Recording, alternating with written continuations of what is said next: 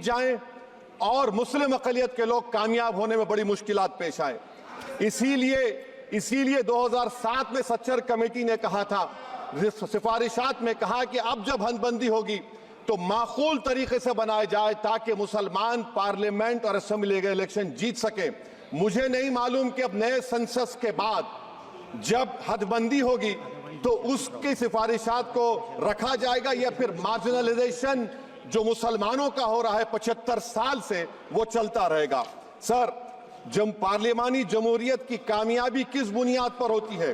Parliamentary जमहूरियत की कामयाबी का पैमाना मैं आपको बताता हूं।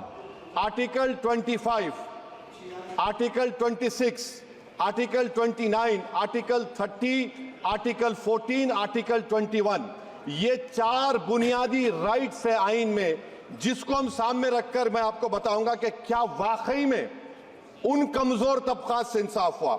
मिसाल के तौर पर आर्टिकल 15 और 16 सर, 1950 का प्रेसिडेंशियल ऑर्डर निकला, तारीखी नाइंसाफी के खात्मे के लिए रिजर्वेशन दिया गया, तारीखी नाइंसाफी के लिए हजारों साल के जुल्म की बिना पर, मगर उनको नहीं मिला जिनका मजहब इस्लाम और मुसलमान था, जो भी उनसे भी नाइंसाफी जुल्म हुआ।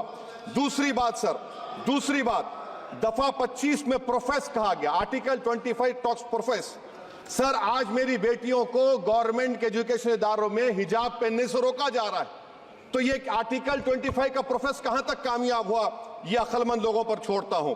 प्रैक्टिस सर, आर्टिकल 25 में अमल करना। कई रियासतों ने ऐसा कानून बना दिया कि आप ये नहीं खा सकते, आप वो नहीं खा सकते, कैटल स्लॉटर एक्ट का एक्ट बना दिया।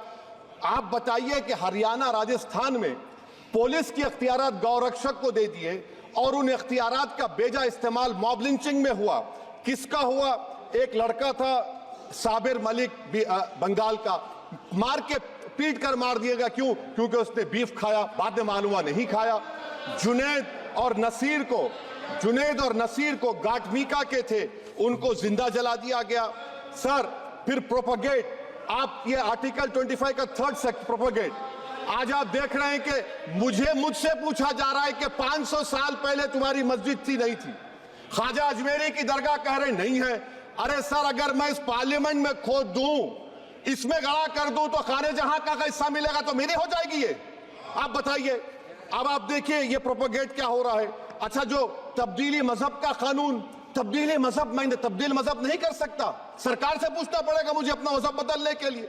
अगर अंबेडकर आज